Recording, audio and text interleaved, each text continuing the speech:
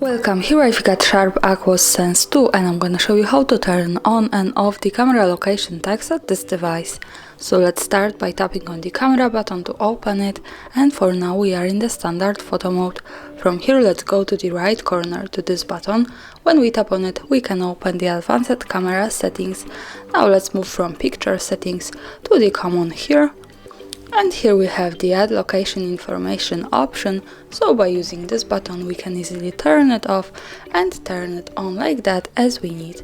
And also the important information here is that to make it work correctly, when we want to save the actual location of our photo, we have to be connected with the internet, for example the Wi-Fi, and we have to turn on the location of this device. So remember about these two parameters to make it work.